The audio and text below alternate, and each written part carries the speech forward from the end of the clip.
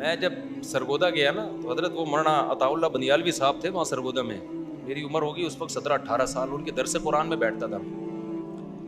تو جب بھی تراویح کے دوران یہ والی آیت آتی ہے نا مجھے عطاءاللہ بندیالوی صاحب یاد آتے ہیں.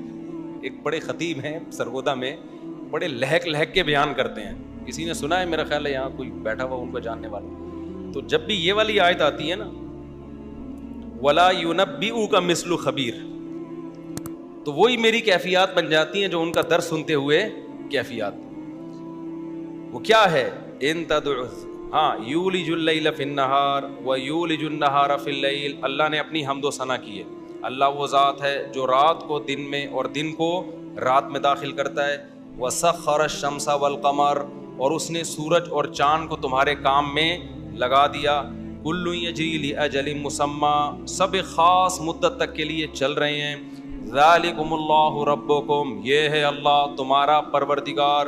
لہو ملک, یہ اللہ مشرکین سے کہہ رہے ہیں کہ تمہارے معبود کچھ بھی نہیں کرتے اور جو کرنے والی ذات ہے وہ یہ سب کچھ کر رہی ہے. لہ الملک, اسی کے لیے بادشاہی ہے. والذین تدعون من دونہ ما یملکون من قطمیر, اس کے بھی مالک نہیں ہے, اتنی بقدر کسی چیز کے بھی مالک نہیں ہے جن کو تم اللہ کے سوا پکارتے ہو. ان تدعوہم لا یسمعوا دعاءکم, اگر تم ان کو پکارو گے. دیکھو یہ ابھی ہمیں یہ آیت میں مزہ نہیں آ رہا, لیکن نبی صلی اللہ علیہ وسلم جن بت پرستوں کے سامنے سنا رہے ہیں, جو صبح و شام پتھر کے بنے ہوئے بتوں کے سامنے جھکتے تھے, ان کی حالت کیا ہوتی ہوگی یہ آیتیں سن کے. ان تدعوہم لا یسمعوا دعاءکم, اگر تم ان کو پکارو گے یہ تمہاری پکار نہیں سنیں گے. کل کسی نے مجھے بتایا کہ ایک عیسائی, ایک ہندو خاتون, وہ جو مندر میں عبادت کرتی تھی نا, تو بیزار ہو گئی بت پرستی سے کہ ہم کیوں ان بتوں کے سامنے جھک رہے ہیں. اس کا کو خیال ہوا کہ اپنا مذہب تبدیل کرتی ہوں, تو اس نے عیسائیت قبول کر لی. یہ اس کا بیان میں آپ کو بتا رہا ہوں.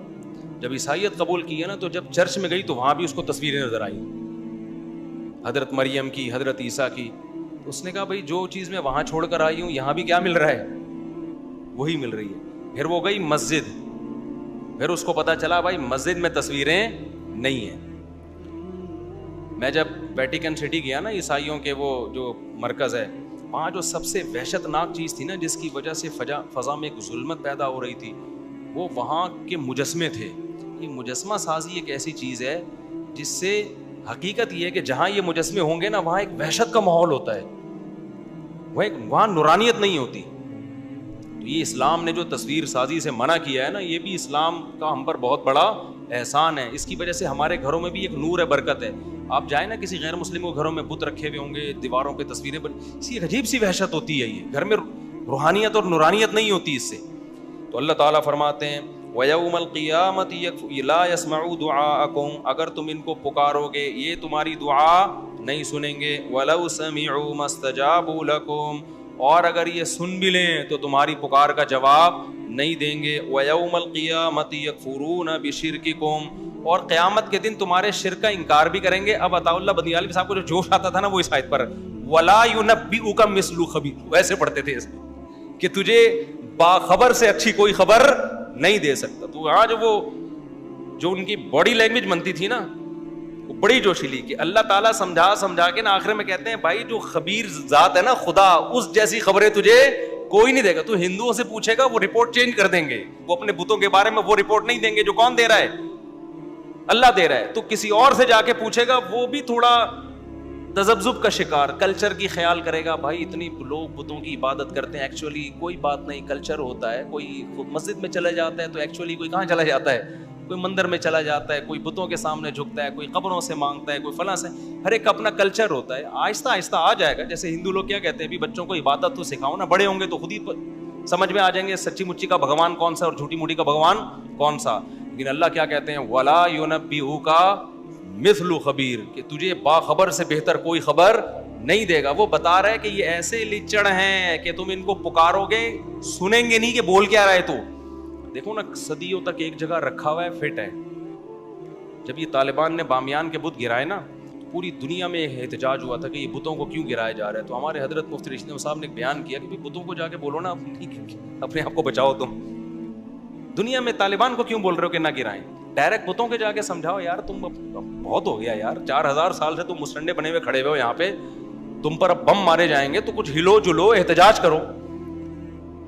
وہی بات ہے کہ اپنے خداؤں کو بچانے کے لیے تحریکیں چل رہی ہیں. تو اللہ کہتے ہیں وَلَا يُنَبِّئُكَ مِثْلُ خبیر. اور ایک اور آیت، اسی میں ایک آیت یہ بھی ہے، اے نبی آپ ان لوگوں کو ہدایت نہیں دے سکتے جو گمراہ ہیں. وَمَا أَنْتَ بِمُسْمِعٍ مَّن فِي الْقُبُورِ.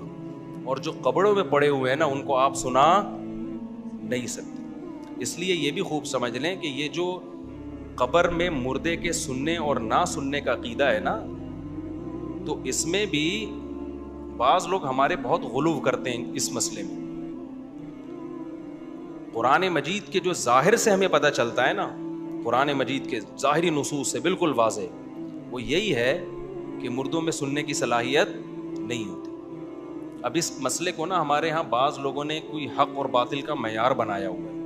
تو آپ کی کوئی بھی رائے ہو بھائی آپ رکھیں اس رائے، لیکن ہاں کسی پر دوسرے کی رائے مسلط تو نہ کی جائے نا. قرآن کیا کہہ رہے ہیں؟ وما انت بمسمع من فی القبور. اے نبی جو قبروں میں ہیں آپ ان کو سنا نہیں سکتے. اسی طرح انک لا تسمع الموتى، آپ مردوں کو نہیں سنا سکتے. اسی طرح قرآن میں آتا ہے کہ والموتى یبعثهم اللہ، یہ لوگ سن نہیں سکتے کیونکہ موتا کو قیامت کے دن اللہ زندہ کرے گا. کیا مطلب؟ یہ موتا ہیں سن بھی نہیں سکتے یہ. تو اس لیے میری رائے اس بارے میں، ہمارے شیخ حضرت مفتی رشید احمد صاحب رحمہ اللہ کی رائے وہ یہی ہے کہ مردوں کو نہ سنایا جا سکتا ہے نہ مردے سن سکتے ہیں. ہاں کچھ جزوی واقعات ہیں مردوں کے سننے کے، تو جہاں حدیث سے سننا ثابت ہوگا ہم کہیں گے ٹھیک ہے وہاں سننا ثابت ہے، صرف اس حد تک، اس سے آگے اس میں تعدی ہماری نظر میں ٹھیک نہیں ہے. پھر بھی کوئی سماع موتا کا قائل ہے تو وہ خود دلائل جانے، اس میں پھٹا کرنے کی بالکل بھی ضرورت نہیں ہے. باقی وہ ایک لطیفہ سنا کے اپنے بیان کو ختم کرتا ہوں، وہ ہے بڑا زبردست. وہ ایک صاحب تھے نا، اچھا ہاں یہ جو ہے نا ہم جو قبروں کو کہتے ہیں السلام علیکم یا اہل القبور، تو یہ اپنے فائدے کے لیے کہتے ہیں تاکہ ہمیں عبرت حاصل ہو. باقی فرشتے پہنچا دیتے ہیں، فرشتوں کو کوئی ٹائم تھوڑی لگتا ہے سلام پہنچانے میں. ویسے بھی ایک کامن سینس کی بات ہے کہ جب زندہ تھا تو یہاں بیٹھ کے سنتا تھا، ادھر جا کے نہیں سن سکتا تھا. اب قبرستان میں وہ آخری مردہ بھی یہاں سے سن رہا ہے، یعنی قبرستان میں آپ السلام علیکم یا اہل القبور تو سارے مردوں کو نا، تو یہ زندہ تو دیوار کے پیچھے نہیں سن پا رہا تھا اور مردہ وہ 1 کلومیٹر دور سے بھی کیا کر رہا ہے. تو یہ تھوڑا سا ویسے بھی ٹیکنیکلی بھی اس عقیدے میں تھوڑی سی فالٹ معلوم ہوتا ہے. اور شرک کے روکنے کا یہ ذریعہ بھی ہے. اگر آپ مردوں کے سننے کے قائل ہوں گے تو شرک سوسائٹی میں زیادہ پھیلے گا. نہ سننے کے قائل ہوں گے تو یہ اسلام کے مزاج کے زیادہ قریب ہے، کیونکہ اسلام توحید کے معاملے میں جتنا حساس ہے اتنا کسی مسئلے میں حساس نہیں ہے. اب 2 آیتیں بس جلدی سے میں پڑھ کے اپنی بات کو ختم کرتا ہوں. اللہ اکبر. اس کے بعد ہم نے آج سورہ یاسین بھی شروع کی ہے. سورہ یاسین میں اللہ تعالیٰ نے پچھلی امتوں کا ایک واقعہ سنایا. بس 5 منٹ میں یہ واقعہ مکمل کرتا ہوں. وَاضْرِبْ لَهُمْ مَثَلًا أَصْحَابَ الْقَرْيَةِ إِذْ جَاءَهَا الْمُرْسَلُونَ اذ ارسلنا الیہم اثنین فکذبوہما. اللہ نے 3 پیغمبروں کو ایک بستی میں بھیجا. بہت سے حضرات کہتے ہیں اس سے مراد انطاکیہ ہے، واللہ عالم، اللہ ہی جانے کون سی بستی ہے. یقینی طور پہ انطاکیہ نہیں جس ترکی میں جہاں زلزلہ آیا ہوا ہم گئے بھی ہیں، وہاں بہت ساری ایسی چیزیں بھی ہیں کہ یہ وہ جگہ ہے جہاں وہ بندہ آیا تھا، یہاں یہ ہوا تھا. قصے ہیں اللہ ہی بہتر. میں ایک دفعہ عجائب گھر میں گیا تو وہاں نا ترکی کے، تو مجھے بتایا کہ یہ فلاں چیز ہے، یہ فلاں چیز ہے. میں نے کہا زبردست بھائی. آگے ایک تلوار لٹکی تھی. میں نے کہا یہ کیا؟ انہوں نے کہا موسیٰ علیہ السلام کا لاٹھی تھی. میں نے کہا یہ کیا؟ انہوں نے کہا موسیٰ علیہ السلام کا عصا ہے. میں نے کہا یار وہ زیادہ ہو گئی ہے بھائی، یہ جو ہے نا کیا ہو گئی ہے، یہ تھوڑی کیا ہو گئی ہے. یہ کچھ اس سے مجھے پرانی رپورٹوں پہ بھی شک پیدا ہو گیا ہے کہ یار پرانی رپورٹیں بھی کیا ہو گئی ہیں. ہمارا جو یہ عجائب گھر ہے نا ادھر کا لاہور کا، اس میں بھی پتہ نہیں منہ مبارک کے نام پہ کیا کیا رکھا ہوا ہے، کوئی مستند نہیں ہے. ترکی کی تو بہت ساری چیزیں پھر بھی مستند اس لیے کہ خلافت عثمانیہ تھی، حکومتی سطح پہ کچھ چیزوں کو محفوظ کیا گیا. لیکن ہر جگہ ادھر منہ مبارک، ہر 12 ربیع الاول کو منہ مبارک کی زیارت ہو رہی ہے. بھائی کہاں سے تم کیوں پیغمبر کی طرف جھوٹ باندھتے ہو یار؟ کسی کے بال لے کے نسبت کر دینا نبی کے بال ہیں اور اس کے جناب پھر وہ زیارتیں کروانا، تو یہ کہاں سے جائز ہو گیا؟ ان چیزوں کا بائیکاٹ کیا کریں. اور کمال کی بات یہ، افسوس کمال تو نہیں، افسوس یہ کہ چیزیں عربوں میں بھی آ رہی ہیں.